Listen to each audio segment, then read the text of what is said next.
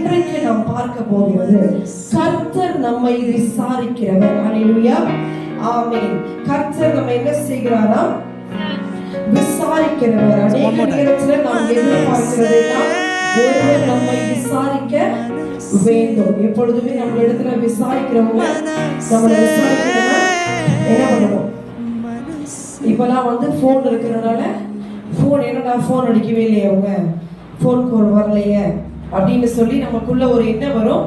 ஒரு எதிர்பார்ப்பு வரும். அது மனுஷர்களிடத்துல நம்ம எதிர்பார்க்கிற ஒரு விசாரிப்பு. ஆனால் எல்லா மனுஷனையுடைய விசாரிப்பையும் தாண்டி கர்த்தர் நம்ம என்ன செய்யறா? விசாரிக்கிறார். ஹல்லேலூயா. அவருடைய விசாரிப்பு என்பது விலையேற பெற்றது. ஆமென். அது மனுஷனுடைய விசாரிப்பு ஈடாகாது. ஹல்லேலூயா. மனுஷர்களை பார்த்து கேட்கலாம், நீங்க எப்படி இருக்கீங்க, நல்லா இருக்கீங்களா? நீங்க என்ன சொல்றீங்க?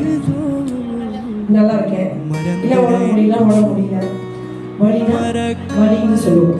ஆனால் மறைந்திருக்கிற காரியங்கள் அந்த மனுஷனுக்கு தெரியாது. நீங்க எதை சொல்றீங்க அவங்களுக்கு ஒரு வெளிப்பாடு. நீங்க வெளிப்படுத்துறது அவங்களுக்கு தெரியுமா? தெரியாது.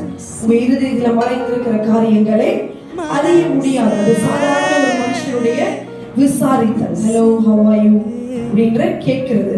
ஆனால் கர்த்தர் விசாரிக்கும் போது அவர் மறைந்திருக்கிற காரியங்களை எல்லாவற்றையும் என்ன செய்வார்? வெளியரங்கமாக